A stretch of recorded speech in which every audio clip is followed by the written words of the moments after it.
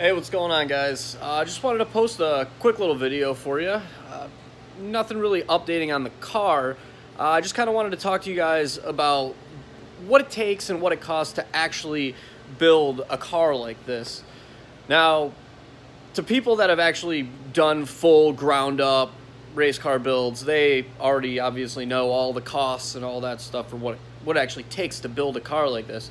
But there's a lot of people that have street cars and they want to get into building like a track specific full-blown pro spec race car, and usually those people don't really know what they're getting into. So I figured I'd give you a quick little video on some of the actual like kind of not so seen costs on what it takes to build something like this.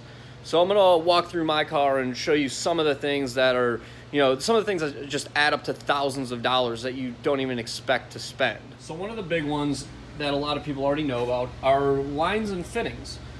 So you just need miscellaneous things here and there. So this, for example, this is just a merge collector that I built the merge collector, but I still needed to buy the lines, fittings, the bungs, and all that stuff.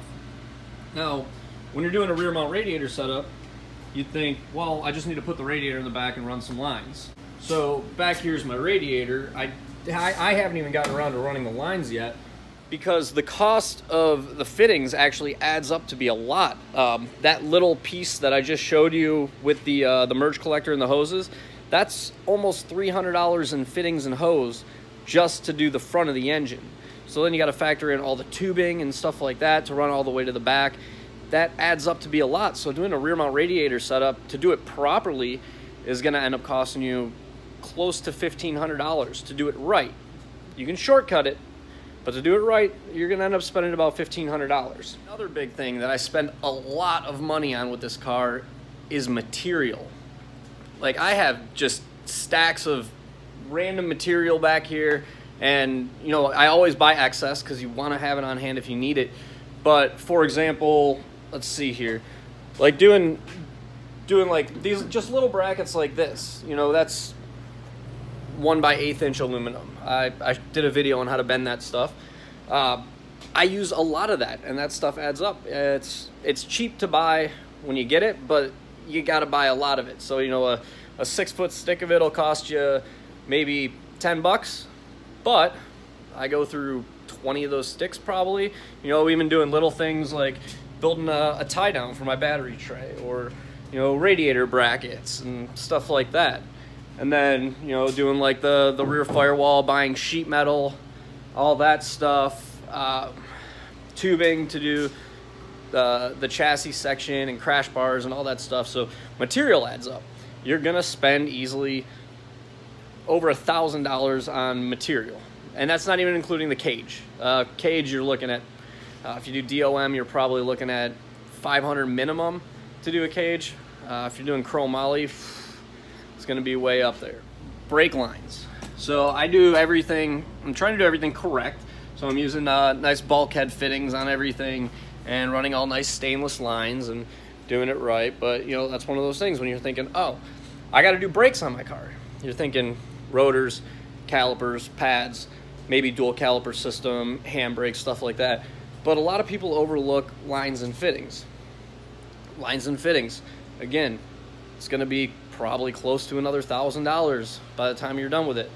If you build all your lines yourself, you could probably get away with doing it for around like $500.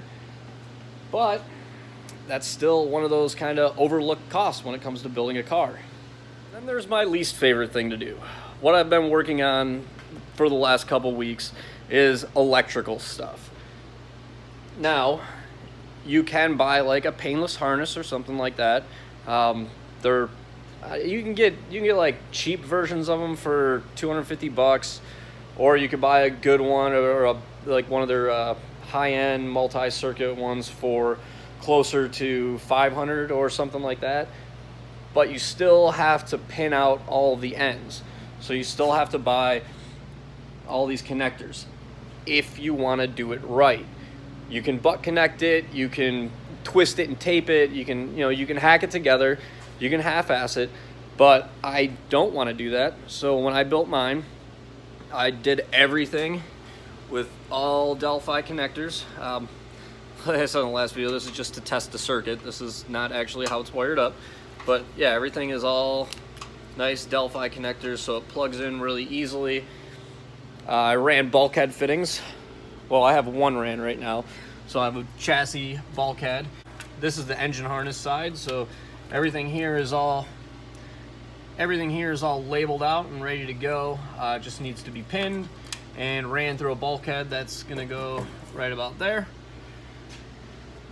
And then you have switch panels, relays, fuses, all that stuff. I mean, you're gonna spend 30, 40 bucks on relays. If you order a bunch of them, at least. If you buy them one at a time, they're like $7 a relay up at AutoZone or some shit like that. It's ridiculous.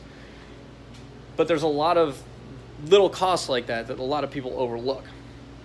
Now, the one thing I'm not including in this is my labor time. So if I were to build somebody a car like this, exactly like this, we're talking probably $100,000 bill to build a car like this. Because realistically, I'm gonna have easily over 1,000 hours of labor in building this car.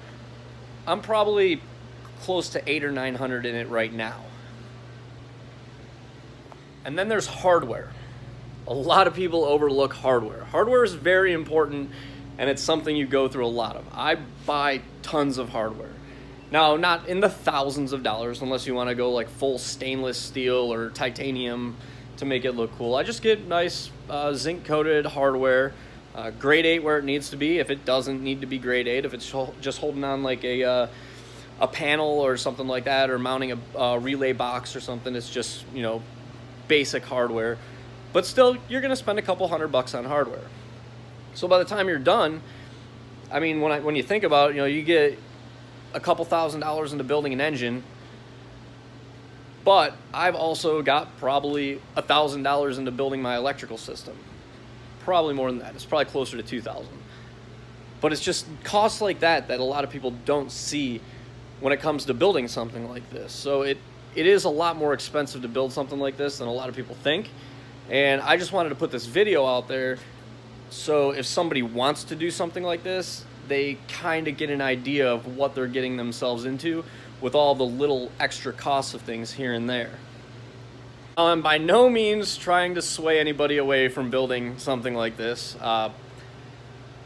Some people think it's stupid and it's a waste of money, but honestly, it's my passion. I absolutely love coming out here and working on this stuff.